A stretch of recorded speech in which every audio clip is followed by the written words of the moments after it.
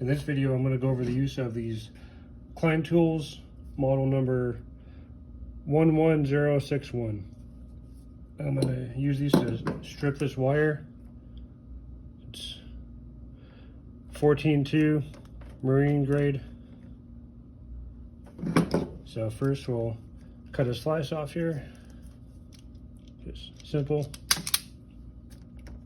And then to strip the jacket, just put it in there and just like that. You pull that off, and then to strip the wires, same thing, just put them back in. There you have it.